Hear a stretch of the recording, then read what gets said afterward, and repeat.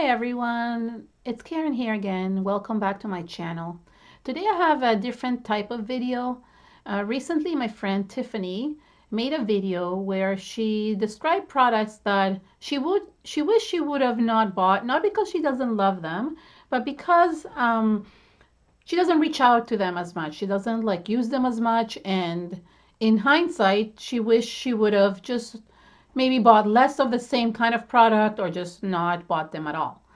And I think the video was kind of made so she could maybe get those products out more and actually try to use them. But I don't know if she has or not yet. I asked her permission if I could do a similar video because I'm sure, like me, a lot of you have products that you've bought that you've seen like amazing artists do amazing things with them. And then you're like, oh, well, but you never take them out because you don't know what to do with them, or because you don't want to use them, or because you're used to using other products. So this has nothing to do against these products because some people love using these products and some people love using other products. And we tend to, as artists, go into one direction or another, and that's usually what happens. And I tend to work specifically with certain products, and it doesn't mean that I don't love the other ones.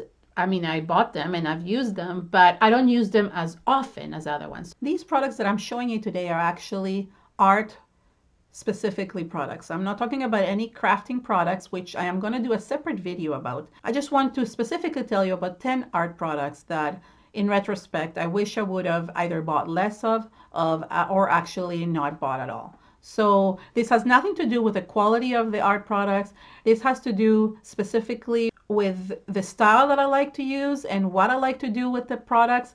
And when I got into mixed media, I found that some of these products didn't fit what I love to do, and I never gravitated towards them. So that's basically the reason why I made this video, to show you some of the art products that I wish probably I would have not bought, or I would have bought less of, just the specific colors that I wanted.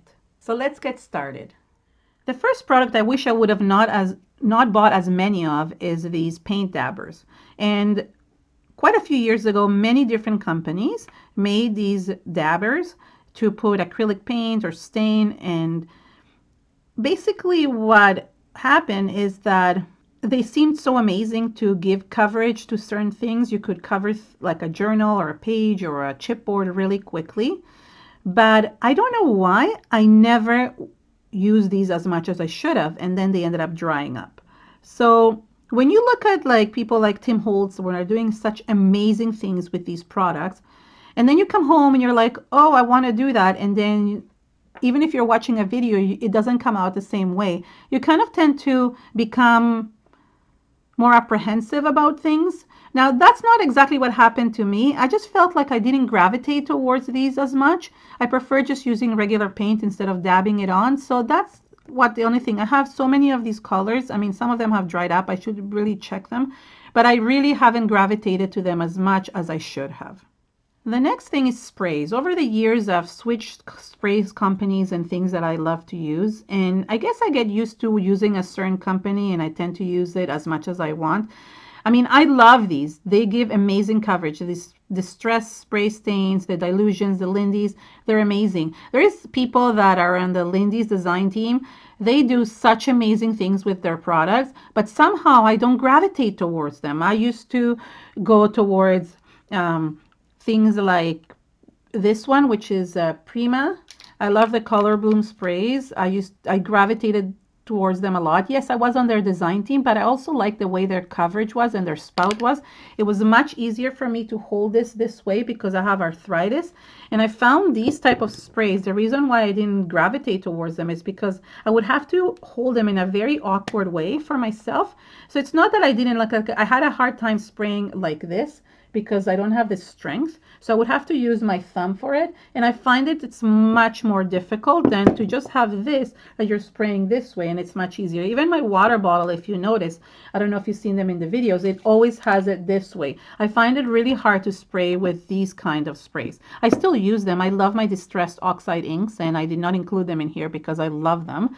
And I do love these as well, but I haven't created as many projects with them. And it's just personal preference. Nothing to say bad about any of these products because they're just amazing, but I just don't tend to use them as much. Watercolor pencils are another set of products that I really wish I would use more often. I love the look of watercolor stencils. Don't get me wrong, they're so amazing and their quality is amazing. Like these are the Prima ones and these are the Faber-Castell. But somehow I don't gravitate towards them. Maybe it's because I'm not such a good drawer. I don't know how to draw faces and or how to draw things. So I tend to not go towards these because I don't actually know exactly what to do with them, but I bought them. So I spend a lot of money on buying these watercolor pencils. I have a lot more. This is only two of them, two sets, because I see people doing such amazing things with them and coloring things. But then when I actually go to use them, I found that I didn't want to use them as much. So again, I wish I would have not bought these, but again, these are amazing brands, and I just love the effect, but I don't actually know how to do some of these things. That's why mixed media is something that I love to do.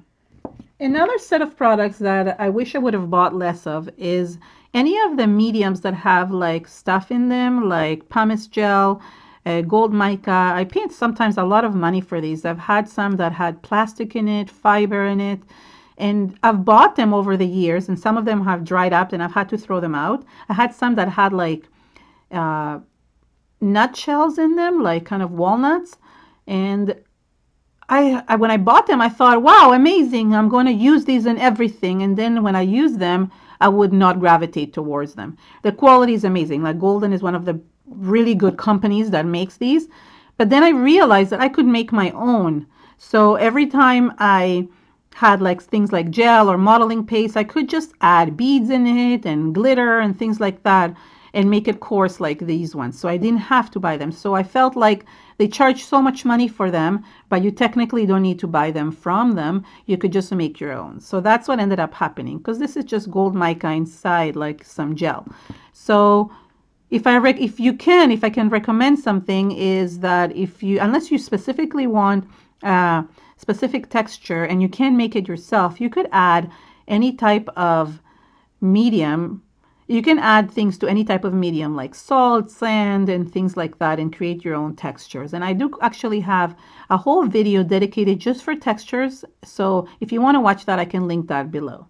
Tim Holtz Distress Markers are just amazing. What I've seen Tim Holtz do with them are beyond amazing. You can color in and water them and do so many things. But guess what? I bought a few of them. Thank God I only bought like 2 or 3. I've never used them. It is sad to say that I should take these out and use them and kind of experiment with them, but somehow I've never gravitated towards them. So that's what saddens me about this. Is not, I mean, look, they're making products that are amazing to sell to the market, but I find that there's so many different products that we are just overwhelmed and everything gets thrown at us and we want everything. We want to buy everything and we end up spending money and then not using it. And I just find that's really hard, not only on the wallet, but also on like our self-esteem, because we end up saying, oh, we can't do it as well as Tim Holtz. We can't do it as well as like so and so. So we end up not using it. And this is what has happened with this. Like I actually never used it, even though I should have. So I mean, it's like a catch-22 because you want to kind of buy products to be able to, further yourself, especially for me that I do videos. And and new products inspire me and I end up doing things with them. So I really like that. But at the same time, some of the products, maybe I should think twice about and not buy because I know that I'm not using them. So it's very hard to tell what you're going to use and what you're not going to use. And, I tend to, this past year, although I haven't created a lot, I decided that I'm not buying as much and I really kept to my promise. I haven't bought as many products and that has worked out well as well. The pouring craze is another thing that, oh my gosh, I wanted to do so badly. After seeing all these people pour and do so many things, I wanted to buy and I bought these and I have a whole box of products for pouring. There is like the big jugs and I bought cups and stirring sticks and so many different things and acrylic paint. I bought extra things and then guess what? I did one pour and I didn't like it. I mean, I loved how it turned out, but I didn't enjoy the pouring part of it.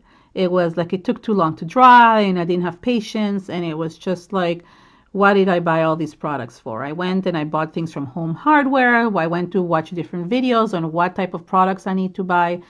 Floratal and the pouring mediums and silicone and God knows. I mean, this is just Adina Wakely, and she does amazing things with it. These products are amazing. Don't get me wrong. She's amazing at pouring, but I just wanted to do it so badly, and then I didn't. My advice is that buy small things and try out. And if you don't like it, that's okay. You know what? Give it away to a friend or something like that, which is something that I should do because truthfully, right now, I don't want to do pouring. I want to do mixed media in a different way. So, anyways, it's lesson learned, and I know things. And it is, as again, as I said, this has nothing to do with the products. The products are amazing, but it's just me that has changed. Gel plates.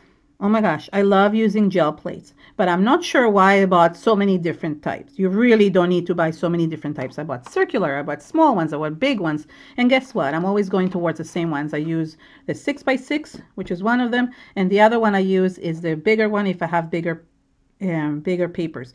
But truthfully, the one I use the most is this 6x6 one. So I don't know. I mean, if I can recommend, if you want to try like monoprinting, which I love to do, then just buy yourself one small one and experiment with it. And if you really, really love it, and then buy other ones. I went and bought so many of them, the circular, the mini one, the shaped one, the this, the that. And then I'm like, oh my gosh, why did I buy so many of these? So truthfully, even though I love doing this, I am always using the same one. As you can see, it's very well used. So I mean, that's another tip, you know, like just buy one of each things, not like all of it. Just because people are showing you all of them doesn't mean that you have to buy everything. Now, if you know me, you know how much I love molds, and I love creating embellishments with the molds.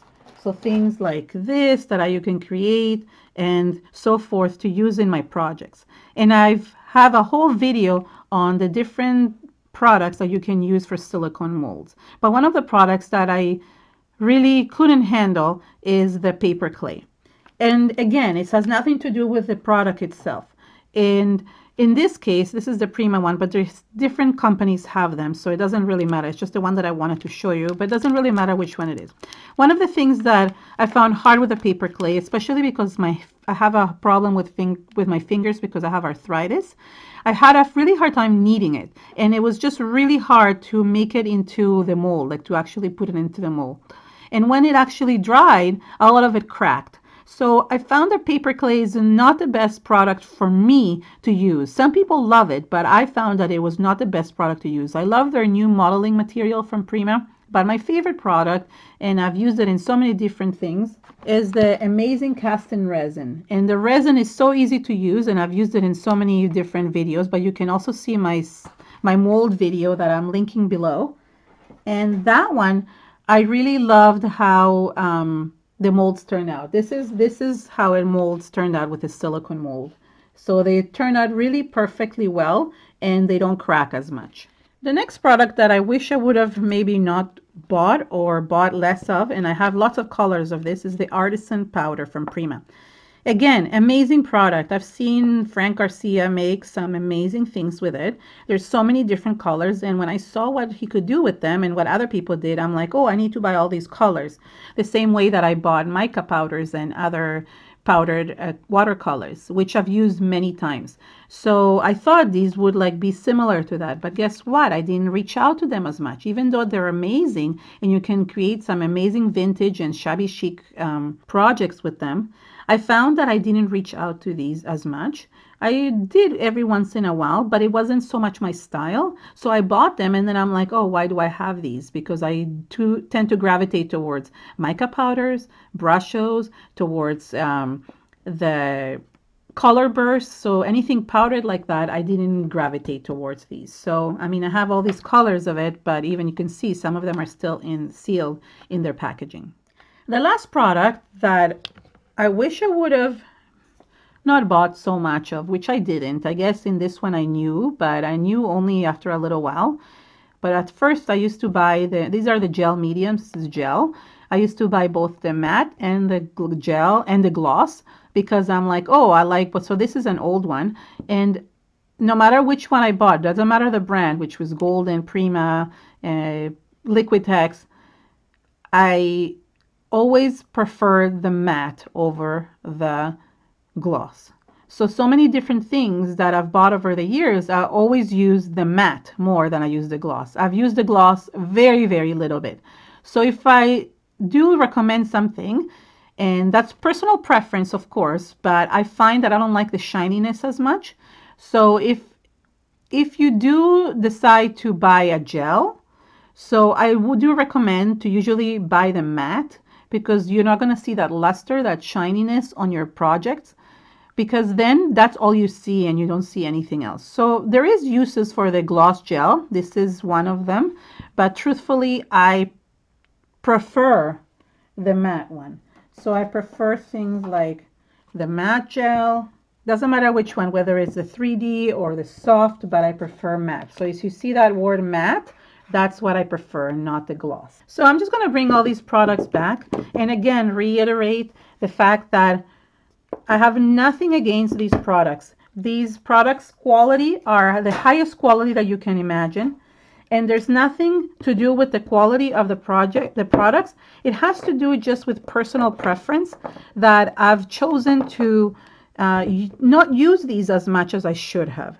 So I'm just going to just show you again which ones they are for clay that I did and the gel plates. So things like the circular gel plate and the watercolor pencils. So I just want to just say that I hope you understood what my message was with this video, and that if you are debating about some of these products, it will give you a little bit more of an insight about them and whether or not you want to buy them or not.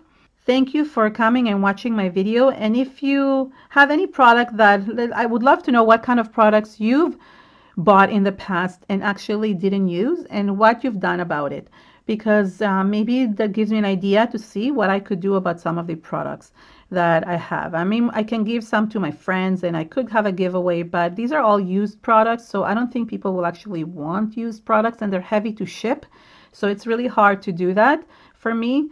What I do want to say is I do appreciate these companies and these designers for always creating such amazing products that we can use. And it is hit or miss. Sometimes you're going to love products, and sometimes, and I've done a lot of videos on my 10 favorite art supplies, my 10 favorite products that I love. So it is hard sometimes to kind of talk about those products that you don't maybe use as much or don't gravitate towards as much. It's not like I don't like them, as I said, it's that I just don't use them as much.